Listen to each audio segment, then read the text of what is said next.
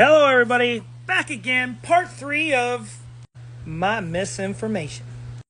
But for now, I'm the Lake Station community advocate and educator, and check out Lake Station Strong Towns Collective on Facebook, which is a community advocacy and educating collective where I give information and find information and better ways to be doing things, and so far it's rattle a cage, but that's what advocacy does.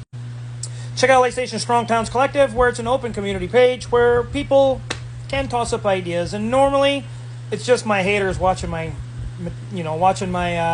materials, my misinformation. But right now, a beautiful picture of Northern California and the snow. All right, back to this. All right, so recently I've been giving misinformation, and I'm lying, and I'm painting lies to the community about the school referendum and why they need it, and quite frankly, I'm tired of the people that are lying.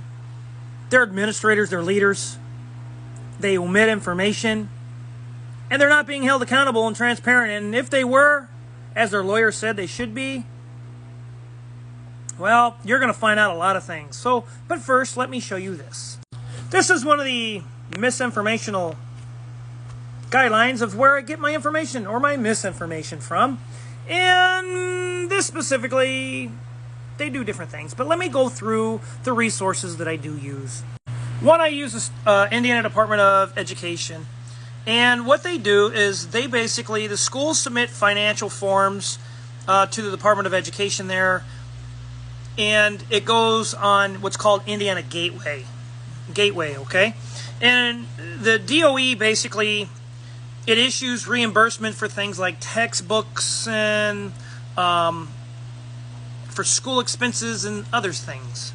And budgets. And they would assume that the Department of Education wants to pay attention to where the money's going, along with the State Board of Accounts, which approves budgets, the forms, and audits on the Form 9. And keep that in mind. If you don't know what a Form 9 is, go research that, Google that for yourself. Don't take my misinformational word for it. Department of Local Government Finance. Basically, it's the finances of the schools and local government entities and things like that.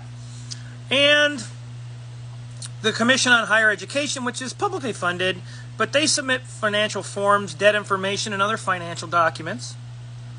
The Department of Education, the Form 9, provides revenue, the expenditures, the cash balances for local schools, and, it's used for state and federal reporting, too. So all that information has to be reported to the state and the federal government. And thank goodness for the APRA law, which is Code 51431 in Indiana. We have the opportunity to know what our public officials, as the school administrators and others, are doing in managing of funds and resources and assets, as I have always advocated for within our community, is transparency, integrity, accountability, honesty, and truthfulness. Those are the 5 aspects that I would like for the community to require, and that's something that I hold to very near and dear to myself. But the APRA law is basically as if it's a paperwork request, and it's open to the public to do so, okay? So anybody can do it. You don't have to go to the school. You don't have to go to the lawyer. You don't have to contact the schools. You can go directly to the resource, as their lawyer has said, and go directly to the paperwork. The paperwork's not going to lie, but the school paperwork, apparently their history of this shows them that something isn't right. So, but it's for basically government officials and acts of those who represent us as public officials and employees and officials within schools and things like that. So that's what the APRA law does, is it holds them accountable and gives us the ability to find out the paperwork. And I have found the misinformation. But let's kind of pick up where I left off in part 2. Now, this is from the state of Indiana to the officials of Lake Station. And right there circled is the website, and if you see that, it's www.in.gov/SBOA/. When you type that in, it's very simple. It's going to give you a site. You're going to click on some stuff, and I'll get to that at the end of this video.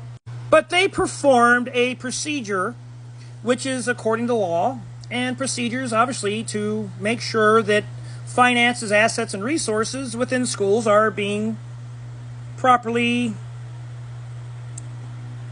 appropriated and, well, managed. And remember, people, it's for the kids. So the schools wouldn't do anything wrong, right? But in this paperwork, it shows that the audit results in the comments they described that they identified reportable instances of non-compliance found as a result. So that means schools was not in compliance at this time. Well, I mean, looking at the records on the SBOA on the State Board of Accounts website, you're going to find that they ain't been in compliance for quite some time. But don't take my word for it. Google the research for yourself. Now, while the state has very crystal clearly said that, well, they've suggested and would hope, and the school system has not implemented any proper system internally within their administration to stop and to prevent, to detect, and correct any errors that's going on with the funds. So our school administrators haven't done a damn thing to stop the money and what's going on here. And these are minimal standards that they require the schools to have, but they obviously didn't. And it says control activities, the actions and tools established through the policies and procedures to help detect, prevent, and all this other stuff to achievement the objectives. It is designed to identify unfavorable events in a timely manner. Now that's kind of important because you only have so many months out of the year to report your information to the state and the State Board of Accounts. So here it says that there were some deficiencies in the internal control systems of the school corporation related to the financial, what is that? I can't see that. Anyway, it's for reporting. Financial close and reporting, I'm sorry. And so financial statements, one employee prepared and entered the financial information without a documented review or oversight in place to prevent. So basically they're just filling out what they want and they're sending it in to the State Board of Accounts. The State Board of Accounts ain't stupid to what's going on, and that's the whole point of their reports that they have here that I'm finding of, that misinformation. And here's something very peculiar within 2021 and 2022, that the school did not offer virtual program for the fiscal year. The count dates, the school corporation records, and the tuition support worksheet classified 3 students, only 3 students, as virtual students, but the membership report classified all students as brick and mortar, meaning it had to be all, not just 3 kids. So they were trying to slide a sly one past the State Board of Accounts. And again, I said the APRA law. And the APRA law is very important because here it says these records must be retained for public inspection and audit. So this is specifically for residents and anybody who wants to challenge the referendum within our town. And it's a good thing because, again, like I've always accounted for and always have asked for within the community, has been accountability, transparency, honesty, integrity, and truthfulness. Those are the 5 aspects. And it's for the public. You have right to openness. You don't have to go to a school lawyer. You don't have to call the school and file for the paperwork so you can see it at their offices so they don't have to give it to you. No. They're omitting the fact that you can find it on your own.